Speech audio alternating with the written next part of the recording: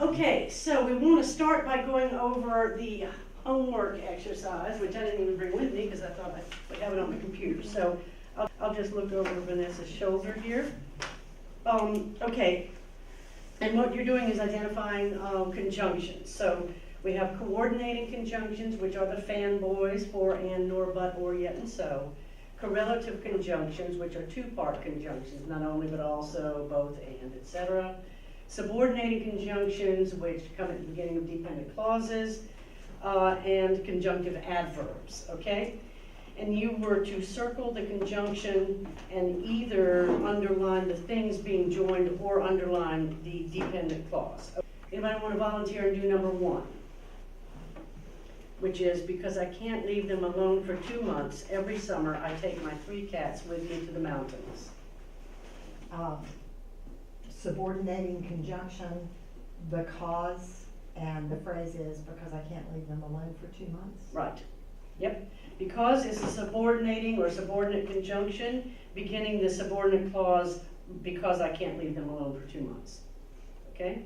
Number 2, I need to take them not only for their safety and comfort, but also for mine. You want to do that one? Sure. Correlative conjunction. You have not only and but also, and it's bridging for their safety and comfort and for mine. Right. Okay. As always, stop me if you have any questions. Number 3, the problem is that my little mountain shack is overrun by mice. However, when my cats are there, the mice go away. I put conjunctive with however and when my cats are there. Yeah, actually. However is a conjunctive adverb connecting both sentences, what comes before it with what comes after it. But you're right that when is also a subordinate conjunction, which begins the subordinate clause when my cats are there. Or actually, when my cats are there is the subordinate conjunction. Okay, so that's good. Okay, number 4, my cats' names are Beauregard, Beautiful, and Sweetie. This is coordinating conjunction and, which is connecting the 3 names. 5, they chase away both mice and snakes. Also, they try to chase away the raccoon that keeps trying to come in my house. Okay, correlative. And conjunctive adverb? Yes. First we have the correlative conjunction both and that is connecting mice and snakes. Then we have the conjunctive adverb also, which is connecting the 2 sentences. Okay? Or the 2 independent clauses. Okay, 6. Although Beautiful is the oldest of the 3, she is definitely the best mouser. Right? Although is a subordinated conjunction and it begins the subordinate clause, although Beautiful is the oldest of the 3. Okay? 7, Beauregard is a pretty good mouser too. Unfortunately, Sweetie is not. Correlative adverb. Okay, unfortunately is a conjunctive adverb. And it is connecting what comes before it with what comes after it. Okay? 8, if Sweetie would lose some weight, maybe she would do a better job of catching mice. Subordinating, okay, if is a subordinate conjunction.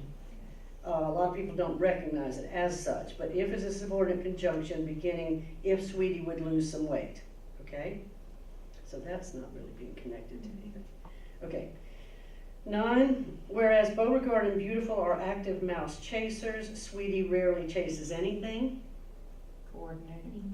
Subordinating, right? Subordinate? Oh, okay, you've got and, I didn't even register that. And is a fanboys or coordinating conjunction connecting Beauregard and Beautiful, correct. But we also have whereas is a subordinate conjunction which begins the subordinate clause, whereas Beauregard and Beautiful are active mouse chasers.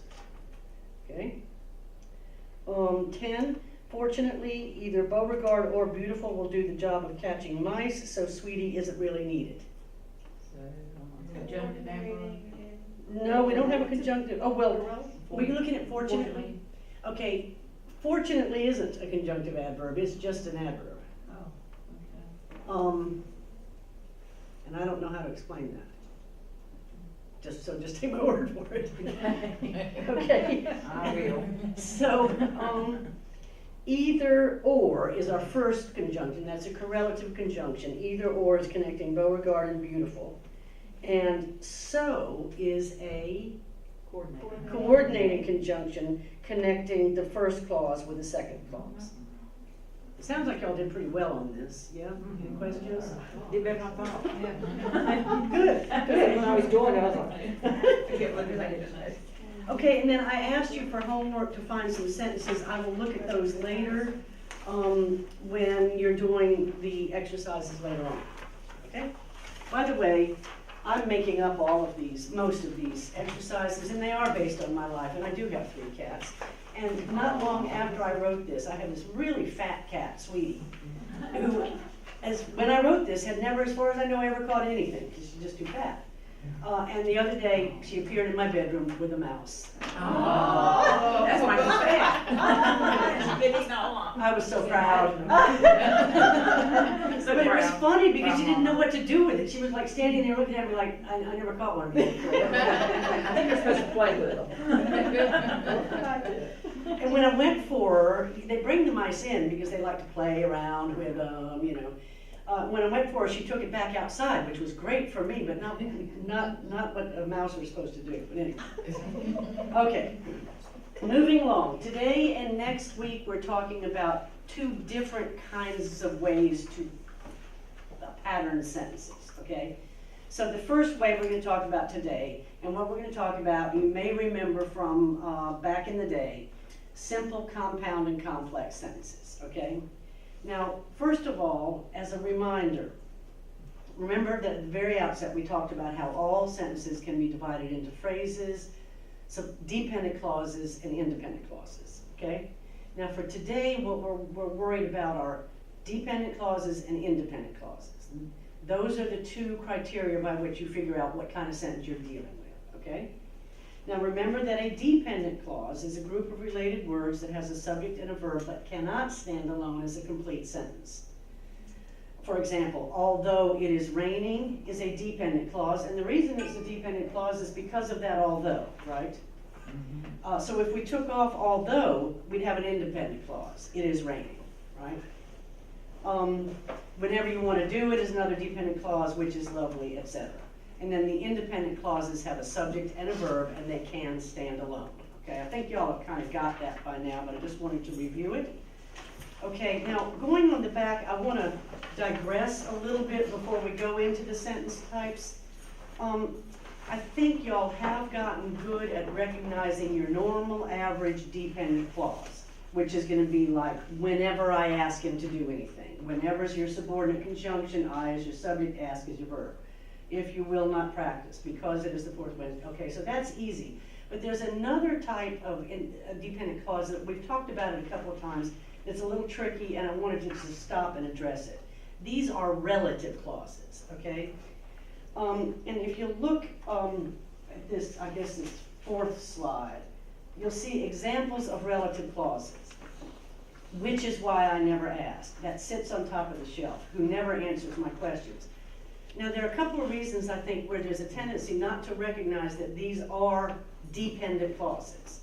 One is that they don't start with subordinate conjunctions. They don't start with although, because, whenever, if, when, etc. Another is that the thing that starts them is a pronoun, and it just doesn't feel like a subject. So let me give you an example.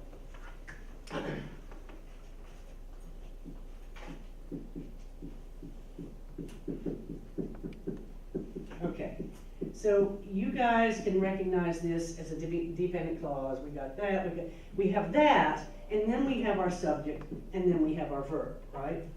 But with a relative clause,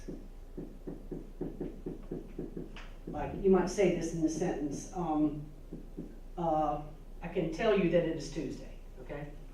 Here, instead of taking off the, no, I'm sorry. I didn't do that right. That's not the right way to do it. Okay.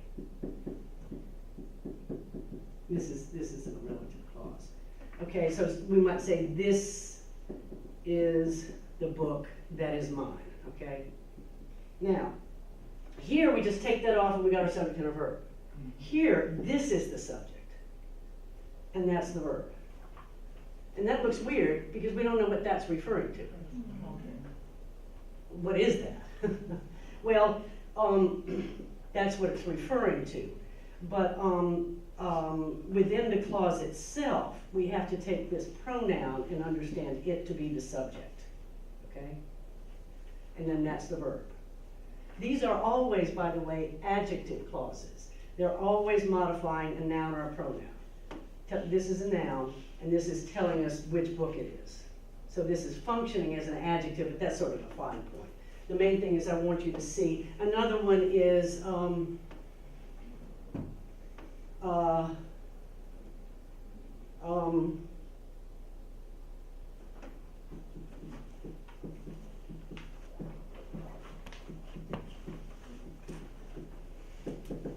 that's a stupid sentence, but you get the idea. Okay. So here is our relative clause, and it's modifying the noun cat. But this is our subject, and that is our verb. Okay? So be on the lookout for those. Those are sneaky little guys. They're a little harder to recognize, and here's another reason why they're harder to recognize, is that they occur in the middle of other clauses. So look at the example here in this fourth slide. The bowl that sits on top of the shelf is my favorite bowl. Now you might look at that and say, well, that's one clause. The bowl is my favorite bowl. Well, the bowl is my favorite bowl is an independent clause. And inside that independent clause is a dependent clause that in this case is a relative clause. That sits on top of the shelf is a relative clause. That is the subject, sits is the verb. Okay? Okay, now be on the alert for relative clauses then as we do exercises and everything. Keep in mind, happily, the good news is that most relative clauses begin with which, that, who, or whom. Almost always. So you can sort of be looking for those words. Okay? All right. Now let's start into sentence types.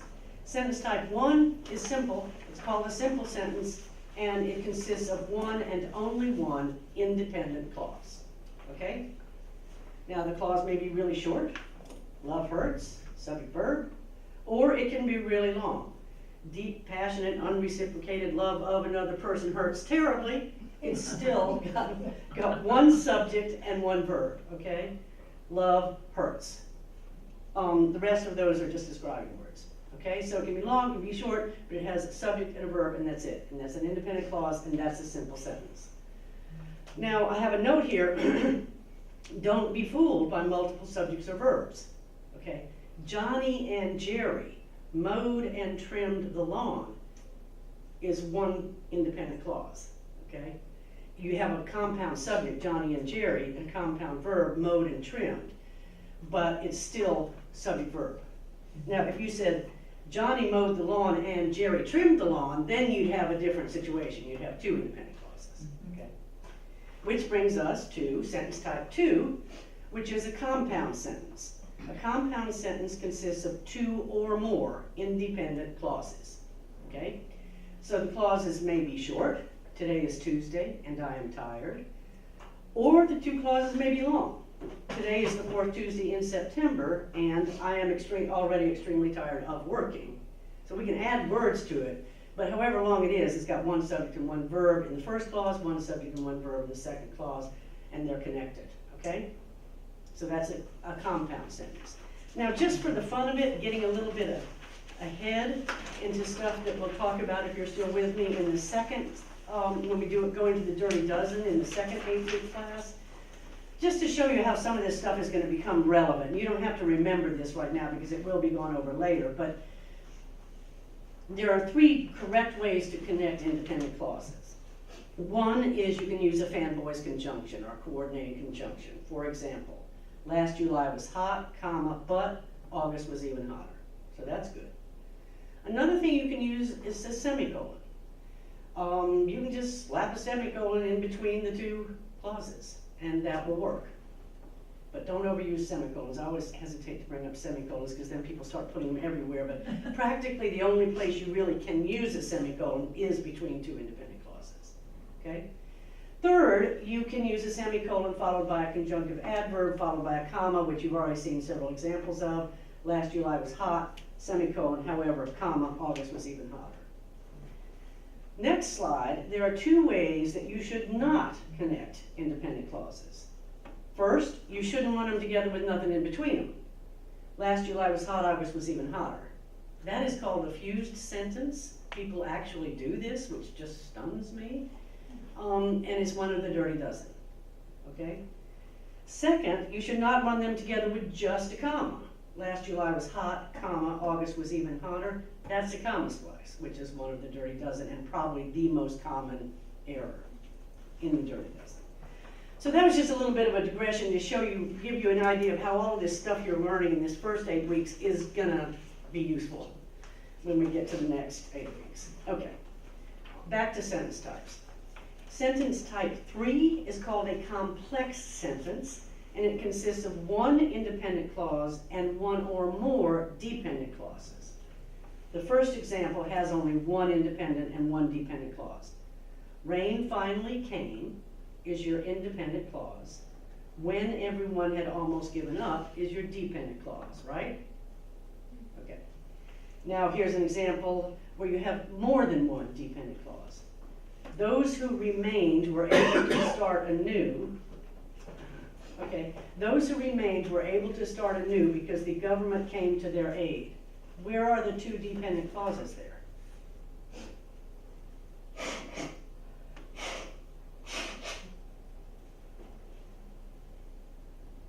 You should be able to find one pretty quick. Those who remain were able to start.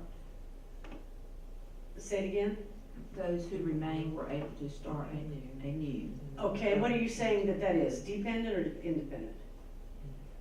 Independent. Yes, that is independent. And so your dependent clause is The government came. because the government came to their aid, okay? So where's the other dependent clause? Those who remain. What? Those who remain. I can see what you're saying those, but it's who remained. That's your restrictive clause, okay? Who is the subject? Remained is the verb. And that who remained is modifying those. So again, that's that relative clause. They're stuck in there and they're tricky. But whenever you see who, which, whom, or that, you may very well have a relative clause, okay? All right. Another little interlude.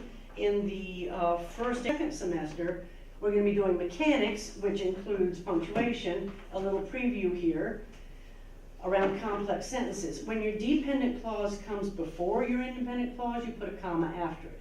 Because it is raining, comma, I am going home. So when your dependent clause comes first, you use a comma. If the dependent clause comes last, you don't. I am going home because it is raining. Just a little tip, you don't have to remember that for our purposes now. Okay. Last sentence type is the compound complex sentence, and it has two or more independent clauses, which makes it like a compound sentence. But it also has at least one dependent clause, which makes it like a complex sentence. Okay? For example, when government aid finally arrived, many people had already been reduced to poverty and others had been forced to move. When government aid finally arrived is a dependent clause. Many people had already been reduced to poverty is a dependent clause. Others had been forced to move is an independent clause, and others had been forced to move is an independent clause. So you've got dependent clause, independent clause, independent clause. That's a compound complex sentence. In the next one, first I went to the grocery store is an independent clause, and then the conjoining words, because it was on the way home is a dependent clause, right? And I stopped by the shoe store is another independent clause. So again, we have two independent clauses and a dependent clause, which makes a compound complex sentence. Okay? All right, to review. A simple sentence consists of one independent clause. A compound sentence consists of two or more independent clauses. A complex sentence consists of one independent clause and one or more dependent clauses. And a compound complex sentence consists of two or more independent clauses and at least one dependent clause. Okay? All right. Got it? Okay. Yeah, we got it. Yeah. I can see that. All right, so let's practice, okay? Do we have an eraser? It's right there. Yeah, we can't wait too long for that. All right, let's now slow down a little bit. Keep that, that definition in front of you, that summary definition, and let's look at these last sentences. Leave my son. Okay, the first practice sentence is Joseph Pulitzer endowed the Pulitzer Prize. So what kind of a sentence is that? Simple sentence. Subject, verb, that's it, okay? So that's the end of the easy stuff. Now,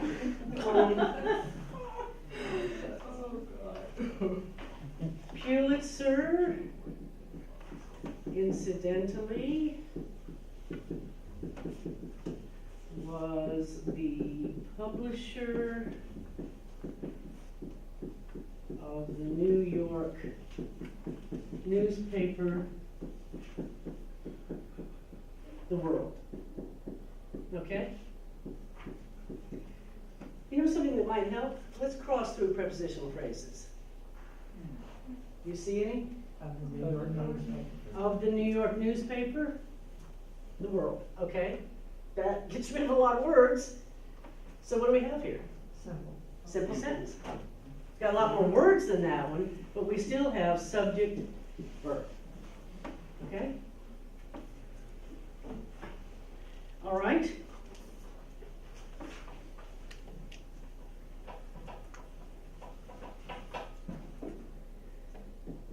Although the first prizes were for journalism and letters only, Pulitzers are now awarded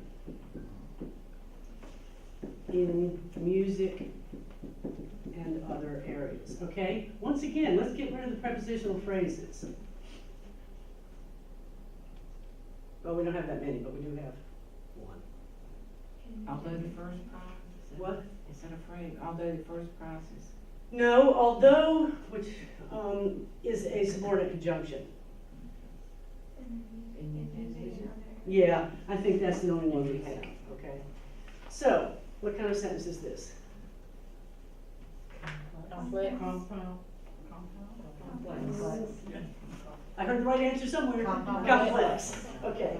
Although the prizes were for journalism and letters only, is a dependent clause. Here we have our dependent conjunction or subordinate conjunction. That's our simple subject, and that's the verb. And it expresses a complete thought, right? Or it doesn't express a complete thought. Okay, and then Pulitzers are now awarded is an independent clause. So we have a dependent clause plus an independent clause, so that is a complex sentence. Okay?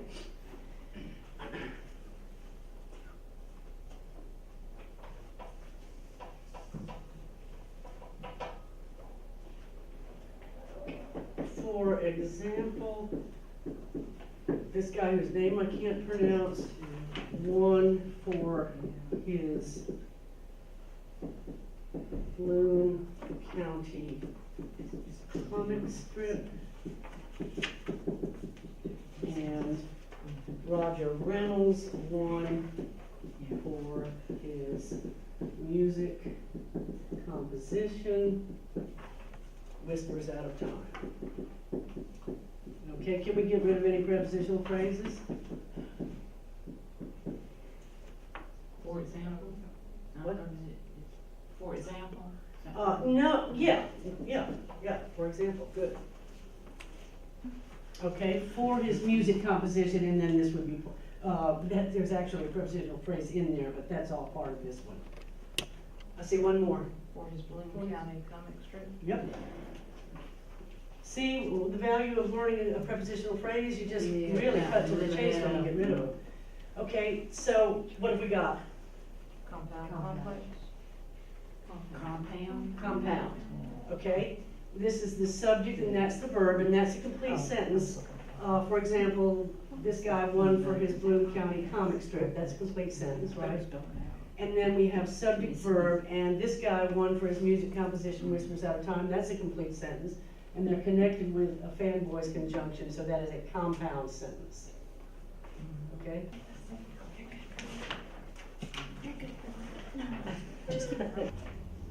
Okay, in the interest of time, let's just go ahead and start going over these. And I won't write them on the board, we'll just see if we can work through them. The only prepositional phrase in number 1 is in common, so that doesn't help a whole lot. Does anybody want to volunteer and say what kind of sentence they think this is? Complex. What? Complex. Complex. Okay, if it's going to be complex, it's going to have at least one independent clause and at least one dependent clause. So where are those clauses?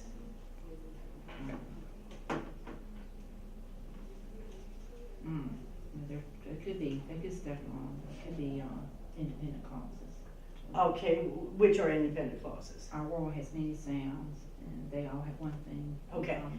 Correct. You have two independent clauses here, so this is a compound sentence. Compound.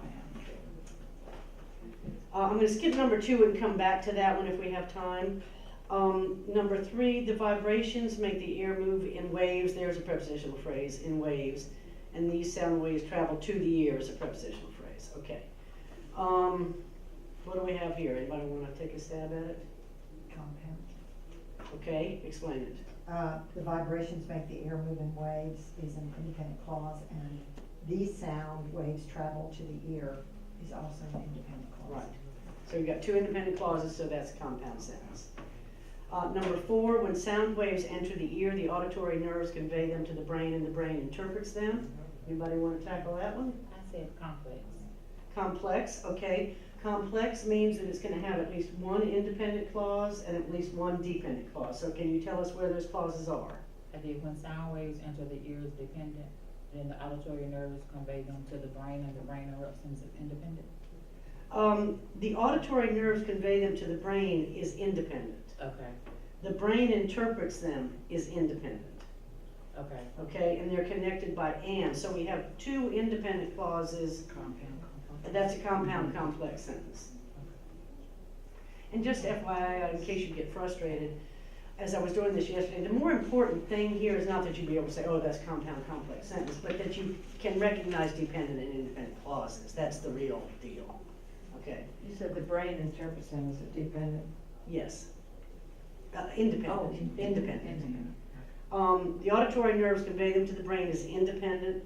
The brain interprets them as independent. So you got two independent clauses plus that opening dependent clause. Okay, sound waves out of the ear. Okay. That's your, That's your dependent. When sound waves enter the ear is your dependent clause. When is your subordinate conjunction, sound waves is your noun, and enter is the verb. Okay, 5, sound waves can also travel through other materials such as water and even the solid earth. Let's cross through some prepositional phrases here.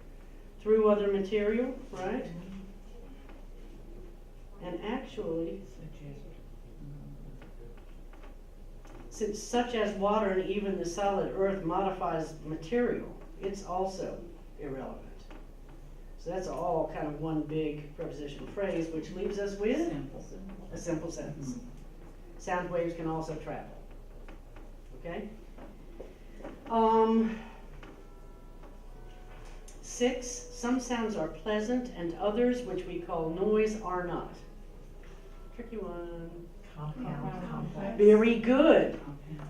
Robin is going to get an A. It's compound complex. I'm gonna get A too. Really? Good for you. Good, good. Okay, so can you unpack that for us? So some sounds are pleasant is an independent clause. Others are not is an independent clause, and which we call noise is a dependent clause, and it's a relative clause. Yes. Okay, so the which we call noise was the tricky thing there. Yeah. Okay? All right, good, excellent. 7, most noises are produced by irregular vibrations at irregular intervals. An example is the barking of a dog. Want to get rid of some prepositional phrases here? Where are your prepositional phrases? By irregular vibrations, at irregular intervals of a dog. Okay. So what do we have here?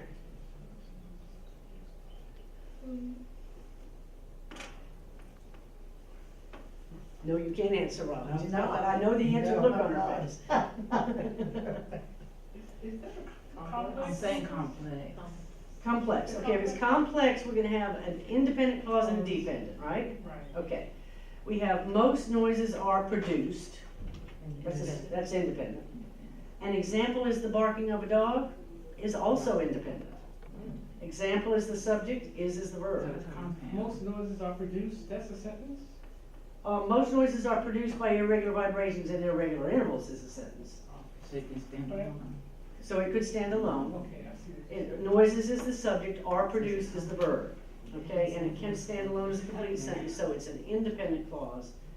An example is the barking of a dog is kind of a turned around thing, but example is the subject and is the verb. And it can, an example is the barking of a dog can stand alone as a sentence. So what kind of sentence is it? Compound. 2 independent clauses. Okay? I hope y'all all got number 8. Sounds Simple. simple.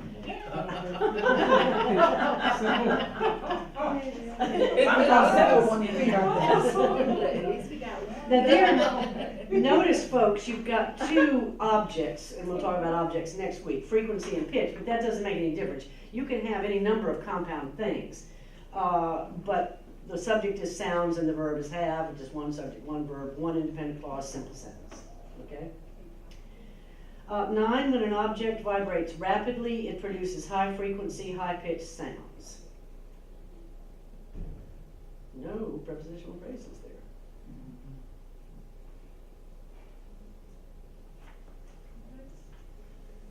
Is it complex? Okay, if it's complex, it's got one independent clause and one dependent clause, so where are those clauses? When an When- object vibrates, When right? an object vibrates rapidly, it produces high frequency? Well, I don't know, cause it's the whole sentence that high pitch. I put when an object vibrates rapidly as the dependent clause. Correct, that is a dependent clause. When is your subordinate conjunction, object is your subject, vibrates is your verb, so that's a dependent clause, cannot stand alone as a complete sentence, And the rest is independent. and the rest is an independent clause. It produces high frequency, high pitched sounds, could stand alone as a complete sentence. So you do, it is a complex sentence. Dependent plus independent. 10, people can hear sounds over a wide range of frequencies. Let's just get rid of over a wide range of frequencies because that's 2 independent clauses. I mean, 2, what am I saying? 2 prepositional phrases. But dogs, cats, and many other animals can hear high frequencies that humans cannot hear. Compound. What are you saying? I said compound. Okay, and explain why.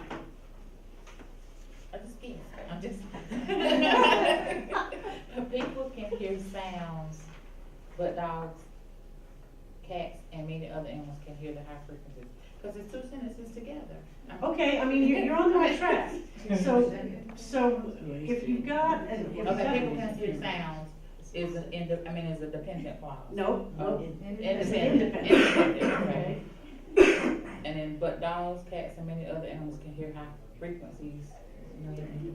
Is another independent clause. Okay, Okay. and then humans cannot hear, or, That's a dependent clause. okay. Okay, there's your tricky thing. That humans cannot hear is a dependent clause. Oh, that is. So it's compound complex. Yes, it's compound complex. Okay. And again, you know, when you go to do the homework, I'm not so concerned about whether you can say compound complex, is that you can identify this is a dependent clause, this is an independent clause, and catch them all, so to speak. Okay? Now, in addition to the sentences, your other homework assignment is just to find, yes. Are we going back to Oh, two? yeah, okay, let's do it. It was ugly. It was ugly. Yeah, it's quite ugly, and, the thing is here, it's sort of like number 10, in that we have two dependent clauses stuck in the middle of an independent clause. So here's the deal. That all sounds share is a dependent clause. That is your subordinate conjunction, sounds is your subject, share is your verb, but that cannot stand alone as a complete sentence, right? That all sounds share. So that is a dependent clause. Also, that they are produced by vibrations is another dependent clause. That is the subordinate conjunction, they is the subject, are produced is the verb, but it cannot stand alone as a complete sentence, that they are I produced have a by question, vibrations. so why do we have to add that? Why can't we just say they are produced by vibration? But then we have to know what they is. We have to know what they is. Nobody, I'm not sure what you're asking. So instead of, Because you said that they are produced by vibrations, it's gonna be a dependent clause. Right, Do we have to add that? We can't just say they are produced by, well, that, oh, I see what you're saying. yeah, Like if you were writing this sentence in a letter or something. Right. Do you have to have that back? right. No, you don't. Say they, okay. It can be understood. You could say the one thing all sounds share is they're all produced by, yes. Right, okay. I personally do not like that, Oh. and when I copy it in manuscripts, I'm always sticking that in there because I don't think it reads very well without the that, but you can leave it out. But anyway, we have it, but then that would have made really this exercise very difficult because we'd have these two understood that's, so how could you possibly recognize these as subordinate clauses? So anyway, that all sounds share is a dependent clause. That they are produced by vibrations is a dependent clause. The one thing is an independent clause. It's a weird sounding independent clause, but it is. It's got a subject and a verb and So what can is sort of it? stand alone as a complete sentence. I don't know. Let's don't talk about number 2. So the one You know, thing I've taught this kind of class a couple of times, and I thought I knew all the answers, but I keep finding things like, how do you tell a conjunctive adverb from a transitional expression? I find I'm confused about some things, so this is a learning experience for me too. so it's,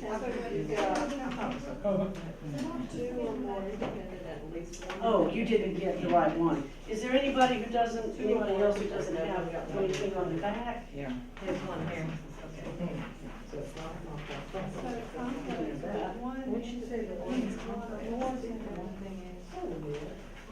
Okay, everybody thoroughly confused? Just writing Yeah. number 2 here. So basically, number 2 has 3 dependent clauses. 2 dependent clauses and 1 weird sounding. One is, Yeah. okay, or we can have one. Okay. Phew, that's all I got.